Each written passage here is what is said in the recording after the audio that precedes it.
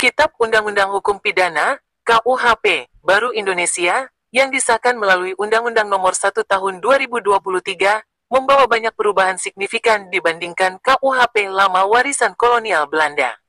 KUHP baru ini bertujuan untuk memodernisasi sistem peradilan pidana Indonesia agar lebih responsif terhadap perkembangan zaman, memenuhi standar hak asasi manusia, dan mencerminkan nilai-nilai keadilan yang hidup di masyarakat.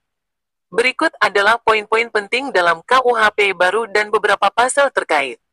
Poin-poin penting dalam KUHP baru. 1. Rekodifikasi dan dekolonisasi hukum pidana. Menggantikan KUHP lama yang merupakan peninggalan Belanda, KUHP baru ini adalah upaya rekodifikasi dan dekolonisasi hukum pidana Indonesia, sehingga lebih mencerminkan jati diri bangsa.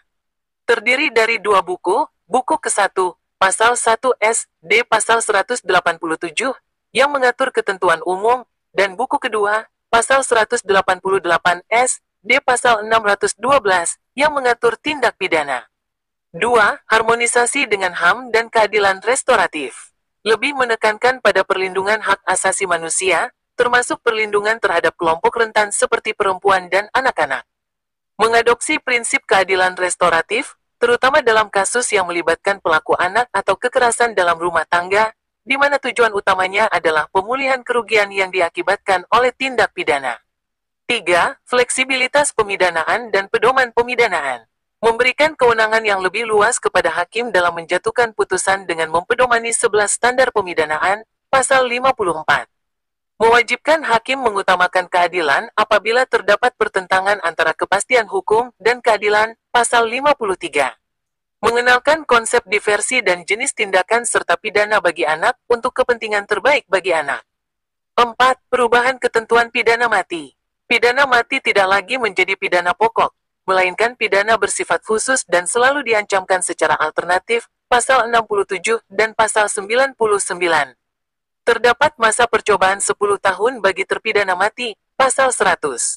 Jika selama masa percobaan terpidana menunjukkan sikap terpuji dan ada harapan untuk memperbaiki diri, pidana mati dapat diubah menjadi pidana penjara seumur hidup dengan keputusan Presiden setelah mendapat pertimbangan Mahkamah Agung.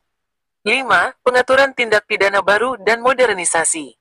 Mengakomodasi perkembangan zaman dan teknologi, dengan memperkenalkan delik-delik baru seperti tindak pidana siber, cybercrime, tindak pidana terorisme, dan tindak pidana perdagangan orang.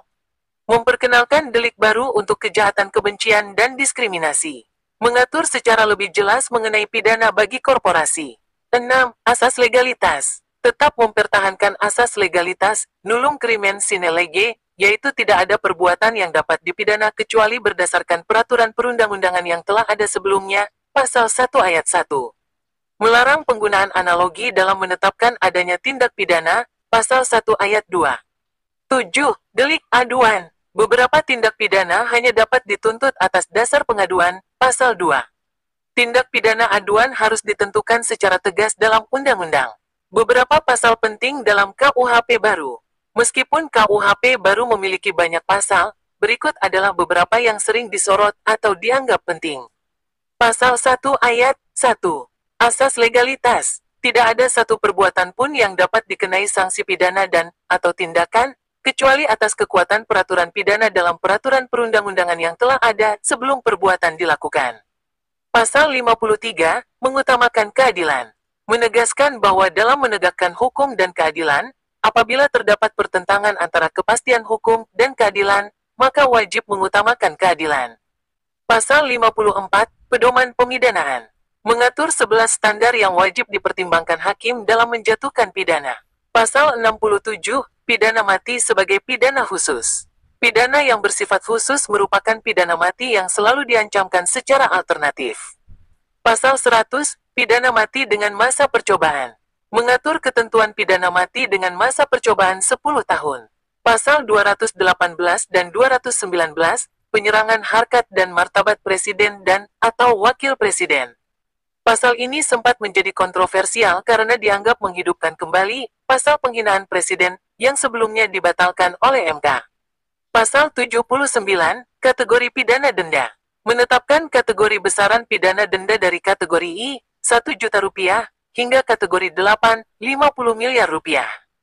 KUHP baru ini akan berlaku efektif setelah 3 tahun sejak tanggal diundangkan, yaitu pada tanggal 2 Januari tahun 2026. Masa transisi ini diharapkan dapat memberikan waktu bagi sosialisasi dan penyesuaian berbagai pihak terhadap ketentuan-ketentuan baru yang ada.